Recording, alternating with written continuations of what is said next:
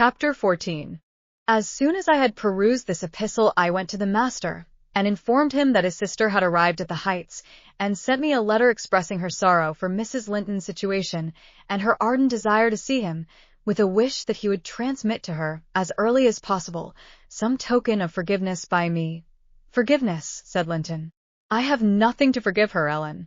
You may call at Wuthering Heights this afternoon, if you like, and say that I am not angry, but I'm sorry to have lost her, especially as I can never think she'll be happy. It is out of the question my going to see her, however. We are eternally divided, and should she really wish to oblige me, let her persuade the villain she is married to leave the country. And you won't write her a little note, sir? I asked imploringly. No, he answered. It is needless. My communication with Heathcliff's family shall be as sparing as his with mine. It shall not exist. Mr. Edgar's coldness depressed me exceedingly, and all the way from the Grange I puzzled my brains how to put more heart into what he said when I repeated it, and how to soften his refusal of even a few lines to console Isabella.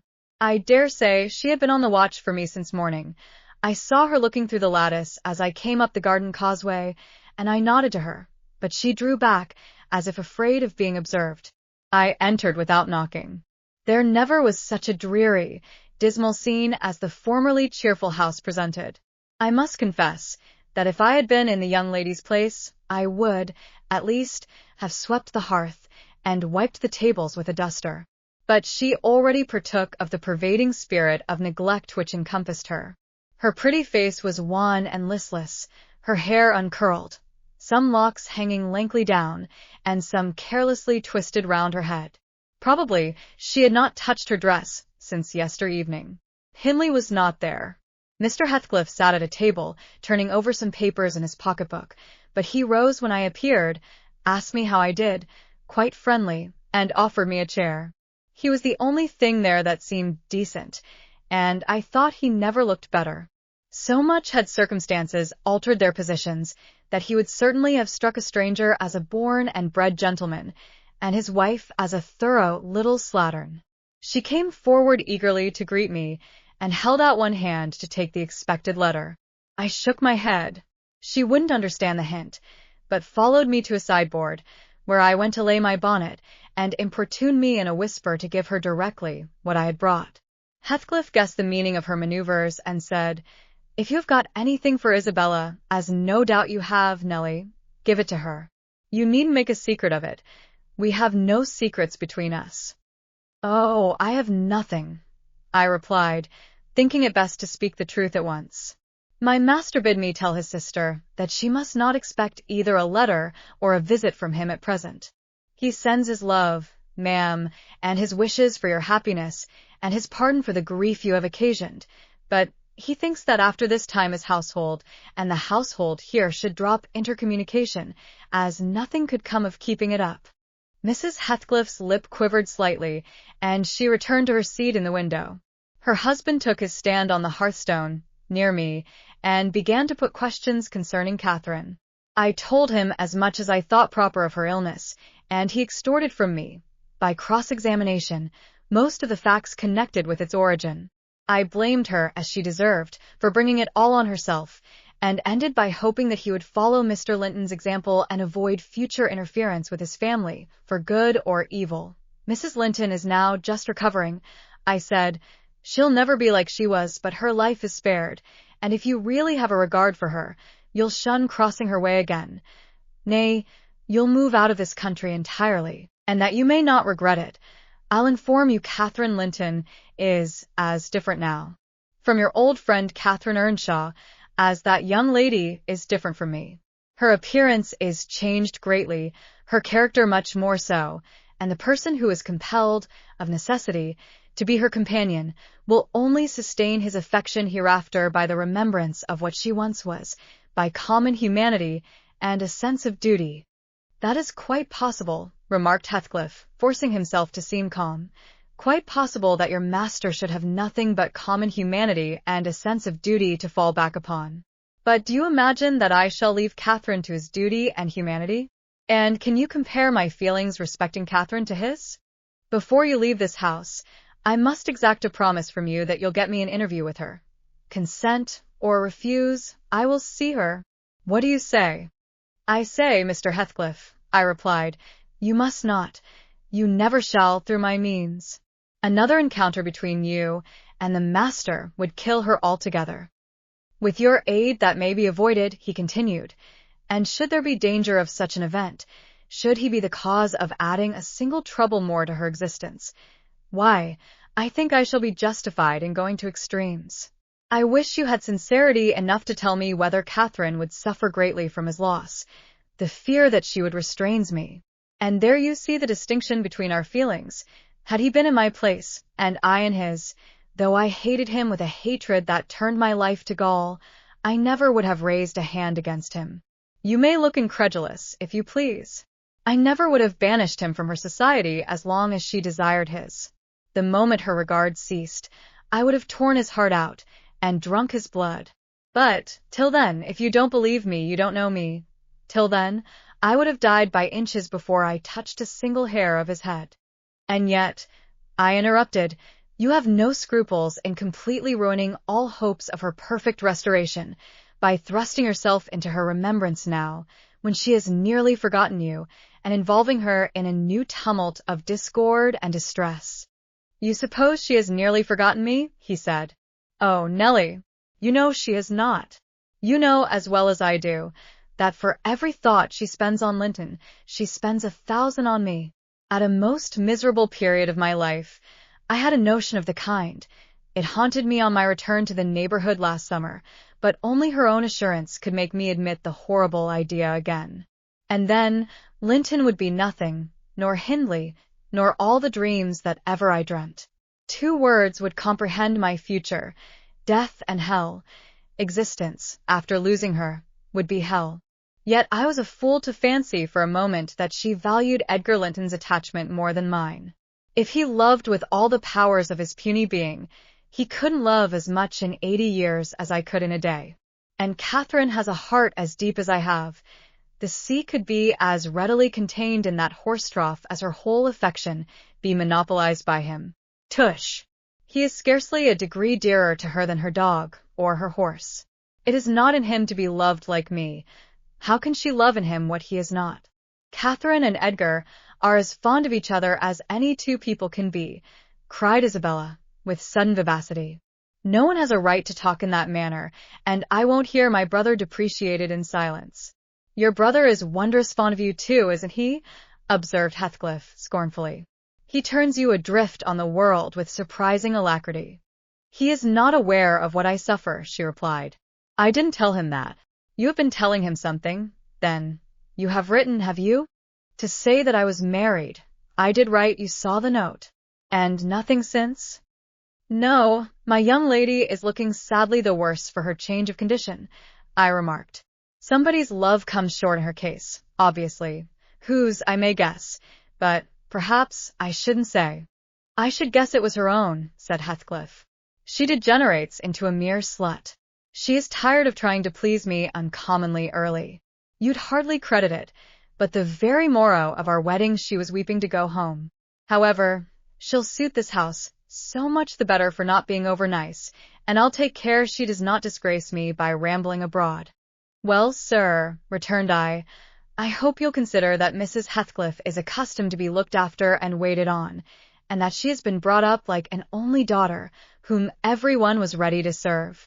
You must let her have a maid to keep things tidy about her, and you must treat her kindly. Whatever be your notion of Mr. Edgar, you cannot doubt that she has a capacity for strong attachments, or she wouldn't have abandoned the elegancies and comforts and friends of her former home, to fix contentedly in such a wilderness as this with you."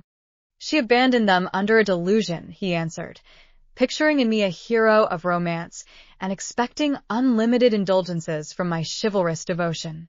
"I can hardly regard her in the light of a rational creature, so obstinately has she persisted in forming a fabulous notion of my character, and acting on the false impressions she cherished. But, at last, I think she begins to know me. I don't perceive the silly smiles and grimaces that provoked me at first, and the senseless incapability of discerning that I was in earnest when I gave her my opinion of her infatuation and herself. It was a marvelous effort of perspicacity to discover that I did not love her. I believed at one time no lessons could teach her that. And yet it is poorly learnt, for this morning she announced, as a piece of appalling intelligence, that I had actually succeeded in making her hate me. A positive labor of Hercules, I assure you. If it be achieved, I have cause to return thanks. Can I trust your assertion, Isabella? Are you sure you hate me? If I let you alone for half a day, won't you come sighing and wheedling to me again? I dare say she would rather I had seemed all tenderness before you. It wounds her vanity to have the truth exposed. But I don't care who knows that the passion was wholly on one side, and I never told her a lie about it. She cannot accuse me of showing one bit of deceitful softness. The first thing she saw me do, on coming out of the Grange, was to hang up her little dog, and when she pleaded for it, the first words I uttered were a wish that I had the hanging of every being belonging to her, except one. Possibly she took that exception for herself. But no brutality disgusted her. I suppose she has an innate admiration of it, if only her precious person were secure from injury. Now, was it not the depth of absurdity, of genuine idiocy, for that pitiful, slavish, mean-minded Brock to dream that I could love her? Tell your master, Nelly, that I never, in all my life, met with such an abject thing as she is.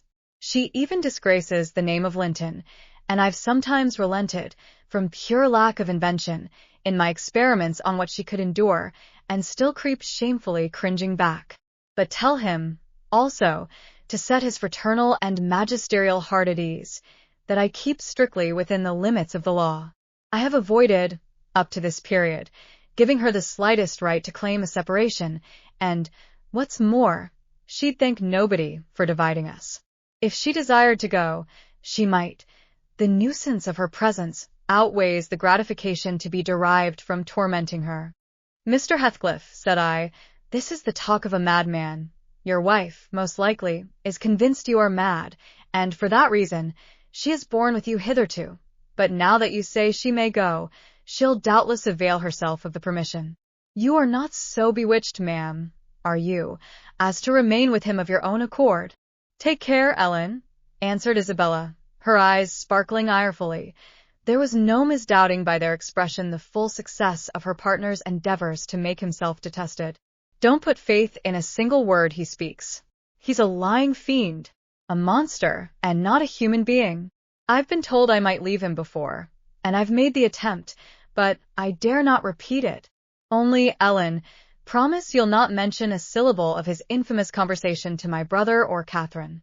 Whatever he may pretend, he wishes to provoke Edgar to desperation. He says he has married me on purpose to obtain power over him, and he shan't obtain it. I'll die first. I just hope, I pray, that he may forget his diabolical prudence and kill me. The single pleasure I can imagine is to die, or to see him dead. There, that will do for the present, said Heathcliff.